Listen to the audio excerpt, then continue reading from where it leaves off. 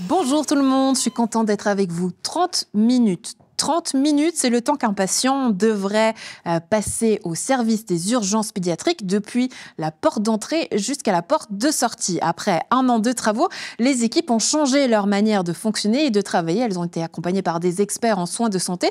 Eh bien, on va en parler aujourd'hui avec nos 2 invités. On vous installe juste ici. Eh bien, fais voir ta région. C'est parti.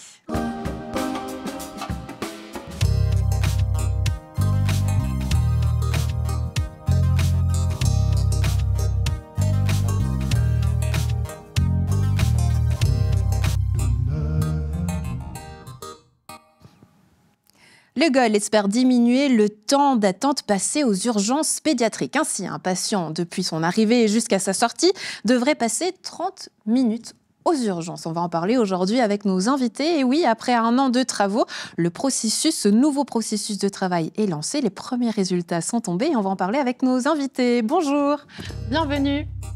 Je suis ravie de vous recevoir. Alors, en plateau, doctoresse Rachel Pellaton, bonjour. Bonjour.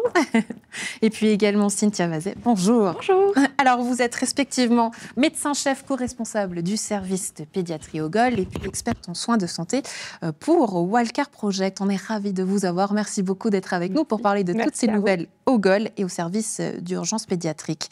Avant de parler de ce nouveau processus, j'aimerais faire un petit bilan de santé parce qu'on sait que c'est une période chargée pour vous en ce moment.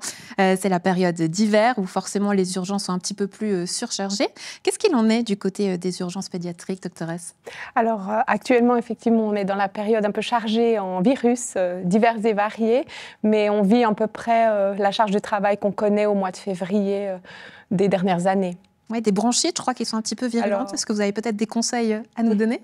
Alors, c'est sûr qu'on vit pas mal de bronchites et de bronchiolites, mais actuellement, il y a donc le B-Fortus, qui est l'immunisation contre un des principaux virus qui crée la bronchiolite chez les petits nourrissons, qui est entré en vigueur là sur la fin de l'été et le début de l'automne. Donc, on voit quand même une diminution assez nette des consultations aux urgences pour ce type de pathologie. Oui, déjà, quand on parle du service pédiatrique, c'est qui vos patients finalement ?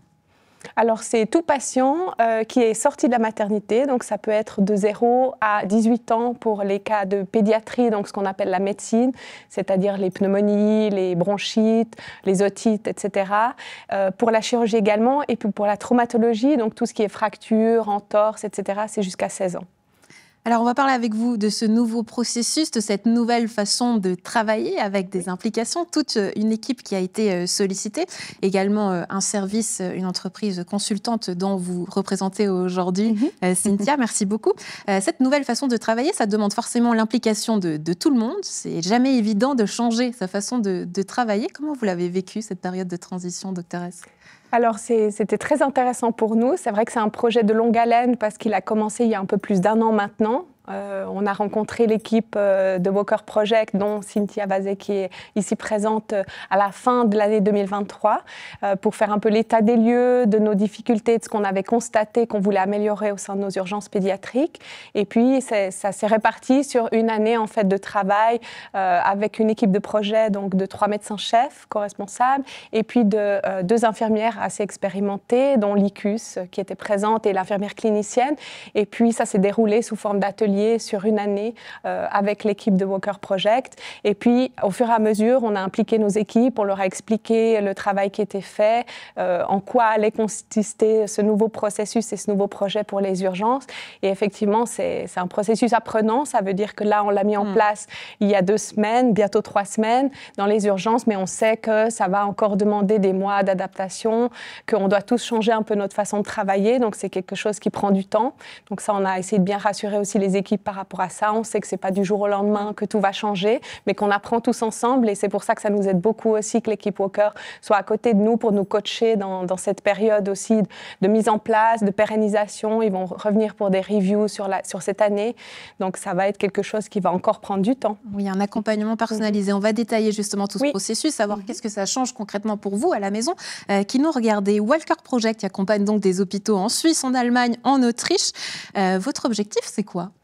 Alors, notre objectif, c'est de simplifier les processus au sein des organisations de santé. Donc, c'est vraiment, en fait, travailler avec les équipes de terrain pour développer des solutions qui les aident à faire leur travail de manière plus simple, mieux, mais toujours en étant centré sur les besoins patients. Oui, justement, quand vous êtes arrivé au GOL, dans ce service pédiatrique d'urgence, quel état des lieux vous avez fait ? Alors, c'est une bonne question. On vient faire des observations et aussi des interviews. C'est-à-dire, en fait, qu'on va suivre l'équipe au jour le jour, sans leur dire il faut qu'ils travaillent normalement, comme ils ont l'habitude. Et on va observer, en fait, un peu la chorégraphie entre les différents corps de métier. Comment est-ce qu'ils diffusent l'information, comment est-ce qu'ils passent d'une tâche à l'autre. On va essayer d'avoir vraiment un regard un peu externe avec nos collègues. Donc sans intervenir, regard d'observateur. Absolument. Il y a un an, quand vous arrivez, vous observez quoi ? Alors on observe une série de choses qui marchent très très bien. Je pense qu'il y avait déjà une bonne ambiance entre les médecins-chefs, les médecins assistants et également les infirmiers. Donc déjà, c'est pas forcément quelque chose qui est toujours le cas.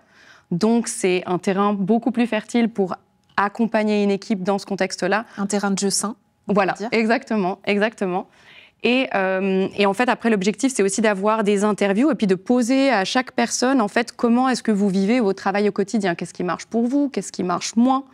Et vraiment de pouvoir, du coup, extraire les points de friction, bien évidemment, les choses qui fonctionnent bien. Et puis, en fait, après, d'axer la série d'ateliers qu'on a eu, notre accompagnement, sur ces points de friction et trouver des solutions ensemble. Oui, à ce moment-là, quels étaient vos besoins, doctoresse Pellaton ? Qu'est-ce que vous souhaitiez justement améliorer, ces petits points de friction ou goulets d'étranglement qu'il y avait, justement, c'était lesquels ? Alors c'est vrai que nous, ce qu'on avait déjà constaté avec les collègues et avec l'équipe infirmière, c'est un peu les choses que l'équipe Walker a aussi constatées quand ils sont venus. Donc ça nous a beaucoup rassurés. On avait la même lecture un peu de la situation. Et c'est vrai que ce qu'on avait constaté, c'était beaucoup d'étapes dans la prise en charge du patient et puis pas mal de retours en arrière du patient. Par exemple, quand ils arrivaient, ils étaient évalués par l'infirmière d'accueil et d'orientation. Puis ensuite, ils passaient en salle d'attente. Donc, ils reculaient un peu dans leur prise en charge. Ensuite, il y avait l'étape des admissions. Puis ensuite, les étapes qui s'enchaînaient. Et c'est vrai qu'on avait constaté qu'on n'était pas très bon en termes de timing. Ça, on l'avait constaté tous. Parce qu'il y avait une série d'étapes qui se succédaient où il y avait à chaque fois un peu d'attente. Et que c'était le retour qu'on avait aussi des parents de ne pas toujours comprendre quelle est la prochaine étape et quand est-ce qu'elle va avoir lieu. Donc, on s'est rendu compte que c'était surtout le temps passé aux urgences qu'on pouvait clairement améliorer par rapport à ce qu'on faisait à ce moment-là. Donc, améliorer le temps passé aux urgences du côté pédiatrique, mais aussi peut-être mieux accompagner le patient depuis son entrée jusqu'à sa sortie. Oui. C'est quoi un bon timing, Cynthia, passé aux urgences ? Est-ce qu'il y en a un ? Alors, c'est un bon timing, c'est difficile en tout cas de mettre des chiffres parce que chaque hôpital est spécifique. Il y a une infrastructure en place, les équipes travaillent de manière différente, suivant si c'est des grandes équipes ou des petites équipes. Donc l'objectif, c'est vraiment de fixer quelque chose qui est réaliste pour l'organisation avec laquelle on travaille. Ici, on a plutôt regardé ensemble avec l'équipe quelles étaient les activités où on se disait peut-être qu'on n'a pas besoin de le faire. Et en réduisant le temps de ces activités-là, on s'est fixé un objectif. Et c'est l'objectif qu'on a en tête actuellement et vers lequel on travaille. Donc, objectif, arriver à ces 30 minutes. Voilà. Il y a un délai très, très court. Bon, ça dépend toujours, on met le curseur, évidemment, quand il y a des parents qui sont dans l'urgence ou des enfants dans la souffrance, on se dirait que ça pourrait être encore plus rapide, on peut toujours faire mieux, d'accord. Ouais. Mais on le voit, là, déjà, depuis la mise en place, les résultats sont très, très bons. Vous avez des bons retours. À quoi est-ce qu'on est arrivé déjà, doctoresse, après ces premières semaines de mise en place? Alors là, c'est vrai que c'est des chiffres à prendre un peu avec des pincettes parce qu'on est au tout début du projet. Donc, c'est sûr que là, on entame la 3e semaine du projet Walker proprement parlé. Le Go Live, c'était le 5 février dernier. Mais c'est vrai qu'on a déjà de bons retours en termes de timing. On a l'impression qu'on arrive clairement, en tout cas, à diminuer de moitié le temps que les gens passaient aux urgences. Donc, depuis leur arrivée jusqu'à leur départ pour un retour à domicile. Et puis, on a aussi réussi à quand même l'attente avant la consultation, ce qu'on appelle le time to doctor, ça veut dire le temps où les gens arrivent dans l'hôpital jusqu'à ce qu'ils voient un médecin, c'est aussi réduit de moitié. Donc ça, pour l'instant, c'est des chiffres très encourageants. On est très content de continuer à avancer dans cette direction. Alors concrètement, qu'est-ce qui change à partir du moment où on franchit cette ligne d'arrivée? Qu'est-ce qui se passe pour le patient? Alors, ce qu'on a mis en place, c'est vraiment une idée de marche en avant, tout d'abord. C'est de se dire que le patient, il a besoin d'avancer dans toutes les étapes de sa prise en charge, d'éviter ce qu'on faisait avant, c'est-à-dire de faire reculer parfois le patient. Donc, dès que le patient arrive, en fait, il est vu par un duo qui est ce qu'on appelle une quick look nurse, ça veut dire une infirmière aguerrie dans l'évaluation du patient, qui peut faire ça rapidement, en quelques minutes, avec un chef de clinique ou un médecin cadre. Donc ça veut dire qu'on explique notre problème qu'une fois. Voilà. Avant, on avait peut-être la sensation de devoir à chaque fois raconter notre bobo, notre mal-être à plusieurs personnes. Là, c'est une seule fois. Tout à fait. C'est sûr que ça, c'était une des constatations qu'on avait fait, c'est qu'on faisait beaucoup répéter les choses aux patients, on leur posait les premières questions à la première évaluation, puis ensuite on reposait les questions une fois qu'ils étaient installés en salle de consultation. Donc là, l'idée, c'est vraiment qu'ils soient accueillis par un binôme expérimenté, donc qui peuvent très rapidement orienter le patient si c'est un patient qui a un problème standard, qui peut être vu en salle de consultation très rapidement. Et à ce moment-là, la personne est installée directement dans une salle de consultation où on a mis en place un binôme médico-infirmier qui va suivre la prise en charge de l'arrivée du patient dans la salle de consultation jusqu'à son retour à domicile. Et ça, c'est aussi une des choses qu'on est très content d'avoir pu mettre en place, parce que les familles sont très contentes d'avoir ce binôme médico-infirmier, parce que ça apporte vraiment toutes les compétences et du médecin et de l'infirmière auprès du patient dans la salle de consultation. Donc c'est un processus qui a été mis en place du côté du service des urgences pédiatriques, mais j'ai l'impression que c'est un processus ou une manière de travailler qu'on pourrait finalement répliquer à toutes les urgences. Alors c'est une bonne question. Je pense que ça dépend toujours de quelle est l'intention de l'équipe, en tout cas de faire cette démarche, de savoir si c'est une priorité pour l'hôpital et après en fait vraiment de faire cet accompagnement ensemble. Notre objectif, c'est pas de dire à une équipe comment elle doit travailler, mais c'est vraiment en fait de faire cet accompagnement, décider ensemble ce qui est le mieux pour l'équipe et l'hôpital. Oui, et c'est vrai que cet accompagnement, il a lieu aussi en 2 temps, enfin même 3. Il y a eu cette phase d'observation, ensuite de mise en place, et puis il y aura des travaux plus tard sur lesquels on va revenir d'ici quelques instants. Mais j'aimerais qu'on s'intéresse un petit peu à votre service, doctoresse, parce que quand on parle déjà du service d'urgence pédiatrique, est-ce qu'on parle du service pédiatrique? Ou est-ce qu'il y a une distinction? Le service pédiatrique d'urgence et le service pédiatrique? Alors nous, à l'hôpital Augol, on a un service de pédiatrie qui englobe en fait tous les secteurs de la pédiatrie. Donc les urgences pédiatriques sont un des secteurs en fait du service de pédiatrie. On a également un service d'hospitalisation, un service où on s'occupe des nouveau-nés qui sont nés, donc de maternité, et puis une polyclinique où on voit des patients en contrôle pour les suivis par exemple de traumatologie. Donc, ce qui est intéressant, c'est que quand on vient travailler ponctuellement sur le service des urgences, finalement, on travaille sur tout le service. Cynthia. Oui, absolument. Après, on doit cadrer, bien évidemment. On sait qu'il y a des interdépendances avec d'autres activités que le service des urgences pédiatriques. Mais dans notre projet, on est obligé de cadrer, en fait, au tout début, quelle est la partie, les équipes, les personnes avec lesquelles on va travailler. Donc finalement, ce qu'on améliore a des conséquences aussi sur tout l'hôpital. Est-ce que vous voyez déjà des changements aussi du côté personnel, professionnel, médical, des changements dans votre manière de travailler ? Oui, alors on est très contents parce que c'est vrai que ça a demandé beaucoup d'investissement des équipes. On leur a demandé vraiment beaucoup de travail. En plus, on a mis en place le projet sur la période plus chargée, qui est la période des mois d'hiver. Donc c'est sûr que tout le monde avait un peu d'appréhension de se dire on va mettre un nouveau système de travail au moment peut-être où notre charge de travail est la plus élevée. Mais c'est vrai que ça, c'était aussi très intéressant parce qu'on en a discuté beaucoup avec l'équipe des consultants Walker Project. Et c'est vrai que finalement, en fait, c'est une très bonne opportunité de le faire au moment où notre charge de travail est élevée, parce que c'est là où on voit aussi plus les résultats et on voit que ça peut justement tellement fluidifier nos journées de travail par le fait que le flux des patients est fluide, que les gens sont contents, qu'en fait on se rend compte que le personnel est aussi content à la fin de la journée, parce que de voir des parents contents, nous dire « Ah, bah, ça n'a jamais été aussi rapide, qu'est-ce que vous avez changé ?» On ne sait pas ce que c'est, mais en tout cas, rester comme ça, c'est sûr que pour les équipes, c'est un message qui est encourageant quand la journée de travail est chargée. Et puis le fait aussi de se libérer pas mal la charge mentale, de voir plusieurs patients en même temps, ça aide beaucoup les infirmiers et les médecins qui travaillent vraiment en binôme. Ils s'occupent du patient, ils le libèrent, puis ensuite, ils ont l'esprit tranquille pour s'occuper du patient suivant. Donc c'est vrai que ça, c'est les premiers retours qu'on a eus de satisfaction des équipes. Oui, premier retour, premier témoignage. Question rien à voir et que j'avais pas du tout pensé jusqu'ici, mais on parle beaucoup d'intelligence artificielle. Est-ce qu'on pourrait pas imaginer justement qu'aujourd'hui, elle vient de s'insérer dans ces processus de travail? On sait qu'aujourd'hui, il y a des ordinateurs, des intelligences artificielles qui organisent notre journée, peut-être même à la seconde près, qui nous dit, ben voilà, vous pourriez faire vos emails, par exemple, de telle heure à telle heure, un processus patient de telle heure à telle heure. Est-ce que ça, c'est des processus que vous commencez à mettre en place avec Walker Project? Alors, c'est une bonne question. Je pense que c'est toujours lié aux besoins de l'équipe. En soi, l'intelligence artificielle, je pense, comme par exemple avoir un logiciel qui nous permet d'enregistrer une lettre de sortie, en tout cas les constats à la fin d'une prise en charge. Ça, c'est quelque chose qui est déjà implémenté dans certains hôpitaux, qu'on peut accompagner s'il y a un budget, un désir et puis que ça répond à un besoin. Après, il y a en fait souvent les solutions, elles sont plutôt dans le changement d'habitude et dans le fait de faire plus simplement quelque chose qu'on a l'habitude de faire compliqué sans parfois même savoir pourquoi. Donc finalement, c'est un travail aussi qui se fait à la carte. Est-ce que c'est des choses qui se discutent de cette intelligence artificielle au GOL? Oui, bien sûr. Alors, c'est clair qu'on a aussi toute une discussion par rapport à simplifier le processus d'admission, par exemple, administrative pour nos patients, parce que c'est aussi une des étapes qui parfois prend du temps. Quand les parents arrivent, ils sont évalués par l'infirmière, l'enfant est évalué par l'infirmière, puis ensuite, ils doivent faire leur entrée administrative. Donc, c'est sûr qu'on est en train de réfléchir à tout un tas de processus avec des choses qui sont liées effectivement à l'Internet. Est-ce que les parents peuvent s'enregistrer à l'avance? Est-ce qu'ils pourraient, eux, faire le processus d'admission pendant l'attente avant d'être installés dans une salle de consultation? Ça, c'est toutes des choses qui, effectivement, pourraient nous aider à gagner aussi du temps en termes de passage aux urgences sur la durée globale.